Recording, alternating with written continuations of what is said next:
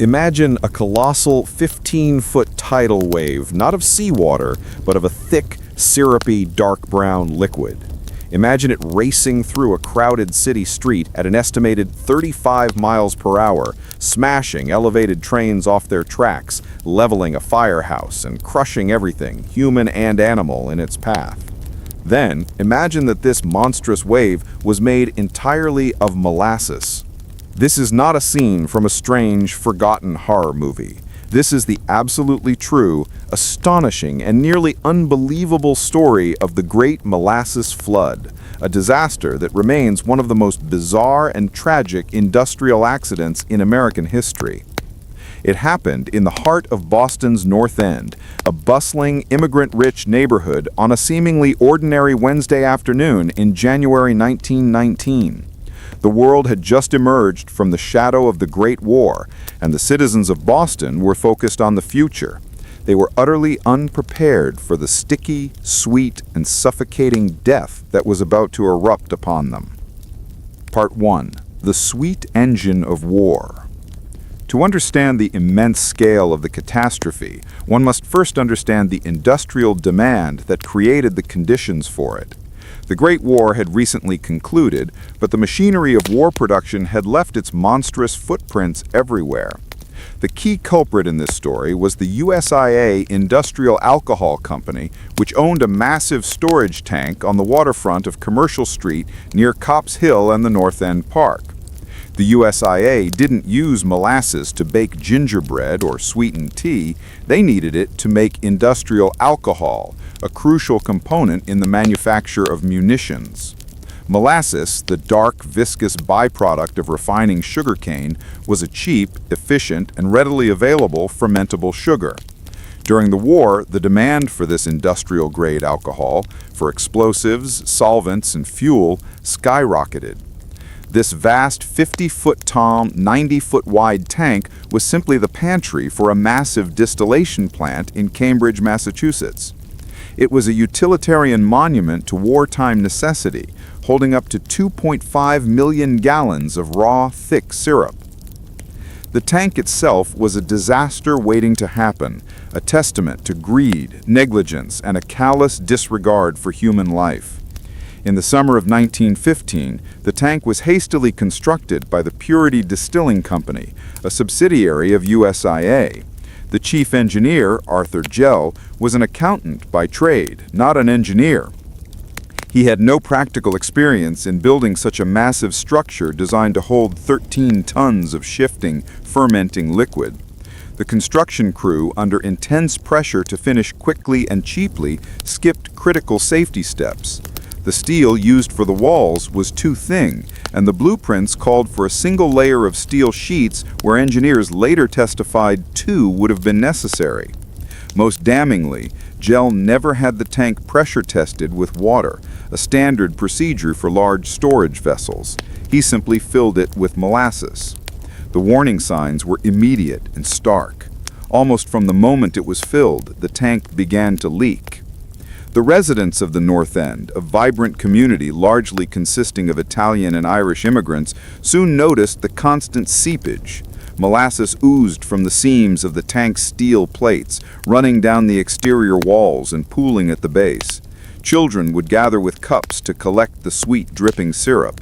The locals even gave the colossal, leaky structure a grim nickname, the Molasses Wreck. When locals complained about the constant leak, Gell's solution was breathtakingly simple and utterly characteristic of the company's attitude. He had the entire tank painted brown to camouflage the leakage. They merely masked the symptom, ignoring the fatal structural cancer within. Part 2. The Moment of Rupture. January 15, 1919 was an unseasonably warm day in Boston. For weeks, the city had been locked in a deep New England freeze. That morning, the air temperature, which had hovered near 0 degrees Fahrenheit just 2 days prior, had climbed rapidly, soaring above 40 degrees Fahrenheit or 4 degrees Celsius. This sudden, drastic temperature swing was a critical factor in the disaster. The massive steel tank was full. 2.3 million gallons of molasses lay within. This was not a homogeneous liquid. The cold temperatures of the preceding weeks had chilled the molasses already in the tank, making it dense, heavy, and extremely viscous. The day before, a fresh shipment of new molasses had been pumped in. To ease the transfer, this new molasses had been warmed. The warm layer was introduced into the cold existing mass. This differential created a terrifying internal effect. The cold, heavy molasses at the base of the tank, already straining the poorly constructed walls, began to ferment. Fermentation produces carbon dioxide gas. Inside the colossal tank, this gas built up, creating immense internal pressure, a biological, sticky time bomb. The rapidly rising external temperature also caused the steel plates of the tank itself to expand faster than the liquid inside, increasing the structural stress. At 12:30 p.m., the tranquil north end was shattered. Witnesses reported a low, terrifying metallic rumble that many first mistook for the sound of the nearby Boston Elevated Railway train approaching the Atlantic Avenue station. Then came a deafening boom, followed by the sound of what battle-hardened soldiers later described as machine gun fire, the sound of hundreds of half-inch thick steel rivets tearing loose and shooting through the air like shrapnel. The massive tank, 4 years of structural negligence and a sudden surge of internal pressure finally giving way, disintegrated. The south side of the enormous steel drum ruptured, and 2.3 million gallons of molasses, weighing approximately 12,000 short tons, erupted onto the streets. Part 3. The sticky wave of death. The catastrophe that unfolded was swift, brutal, and horrifyingly cinematic. The molasses burst forth in a tidal wave estimated by witnesses and later investigations to be between 15 and 25 feet high. Cylinder and the enormous weight of the liquid, the wave traveled at an estimated 35 miles per hour. Commercial Street, usually bustling with workers going to lunch, delivery drivers, and local residents, was instantly submerged. Destruction of infrastructure. The molasses wave slammed into the support girders of the elevated railway structure, ripping them from their foundations and knocking a train car off its tracks. It crushed a nearby Public Works Department building, killing several workers inside. The Engine 31 firehouse, a sturdy municipal building, was swept completely off its foundation and collapsed, burying the firemen and their horses under the rubble and syrup. The Clawforty house, standing across the street, was lifted whole and dashed against the elevated platform. The trap. The molasses was not a thin, flowing liquid like water. It was heavy, dense, and sticky. After the initial wave of concussive force, it quickly spread out, covering the area to a depth of 2 to 3 feet. As the molasses cooled in the winter air, its viscosity increased exponentially, turning the street into a colossal, deadly fly trap. People caught in the initial rush were submerged and pinned down by the sheer weight. Those who survived the impact now struggled in the thick, glue-like mass. The victims died in terrifying ways. Many were crushed by debris or buildings that the wave had torn apart, but a significant number died by asphyxiation, drowning in the thick, sticky syrup. Witnesses described horses, large, powerful animals, struggling in the mass, their attempts to free themselves only dragging them deeper into the goo until they were suffocated. The same fate met the trapped people. Molasses waist-deep covered the street, one report read. The more they struggled, the deeper in the mess they were ensnared. In a matter of minutes, 21 people were killed and approximately 150 were severely injured. The list of the dead included firemen, a teamster, a boilermaker, a young girl, and numerous laborers. The North End, once a center of industry and community, became a surreal, sticky, and deadly nightmare. Part 4. The rescue and the aftermath. The first responders to the scene were not the city police or fire departments, but a large contingent of 120-odd sailors and cadets from the nearby training ship, the USS Nantucket, which was docked at the wharf. Hearing the terrifying crash and the frantic screams, the sailors rushed into the syrupy chaos. The rescue was agonizingly difficult. Rescuers had to wade through the molasses, which was often waist-deep, struggling against its density and the increasing difficulty of movement. The victims were barely recognizable, coated head to toe in the dark syrup. Sailors, Red Cross nurses, and police worked for hours, pulling survivors and bodies from the clinging, sweet mass. They set up a makeshift hospital in a nearby school. It took 4 days just to locate all the victims, as bodies were deeply buried and preserved in the molasses. The cleanup effort, however, was monumental. The mess. The molasses had flowed into homes, basements, businesses, and even contaminated the harbor. The sticky substance was everywhere. Cleanup crews working for weeks resorted to spraying down the streets, buildings, and the L tracks with salt water pumped from the harbor. This only partially worked, so they were forced to use enormous amounts of sand to absorb the sticky residue. The smell. The stench of the fermenting molasses was overpowering and lingered for decades. As the syrup evaporated and was washed away, the air itself was permeated with a sickly sweet aroma.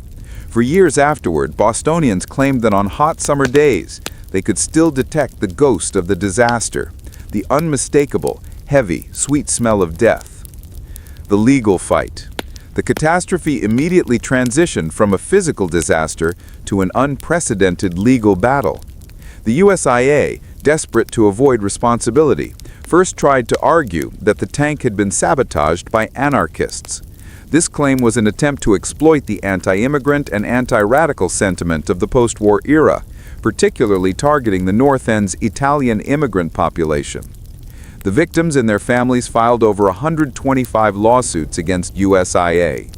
The court-appointed auditor, Colonel Hugh W. Ogden, began a massive 5-year investigation.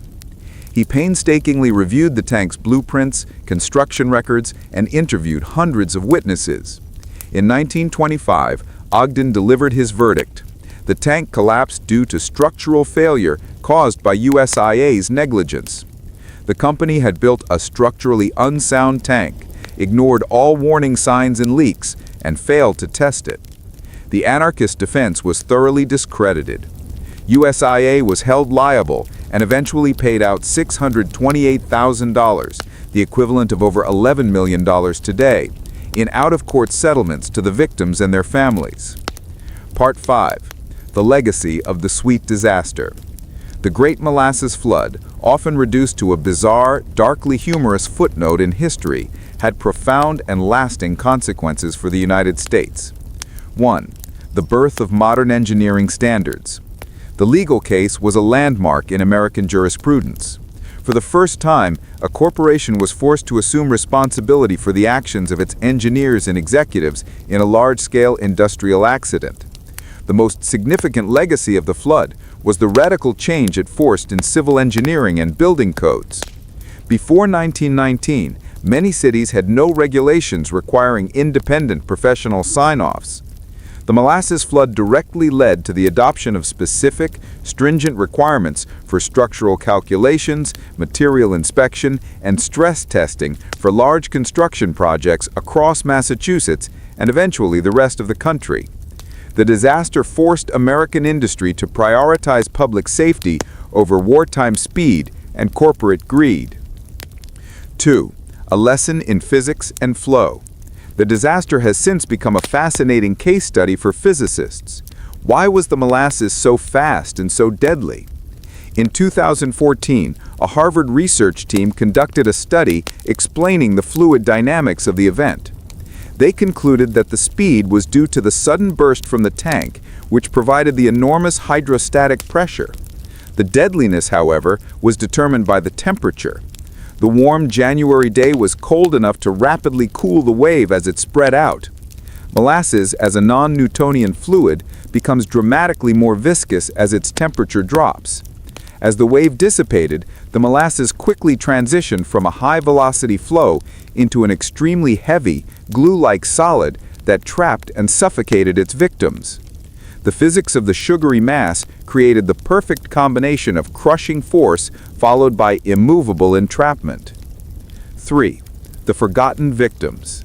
The story serves as a painful reminder of the human cost of unchecked corporate power and the marginalization of immigrant communities. The neighborhood most affected was the North End, a working-class, primarily Italian immigrant area.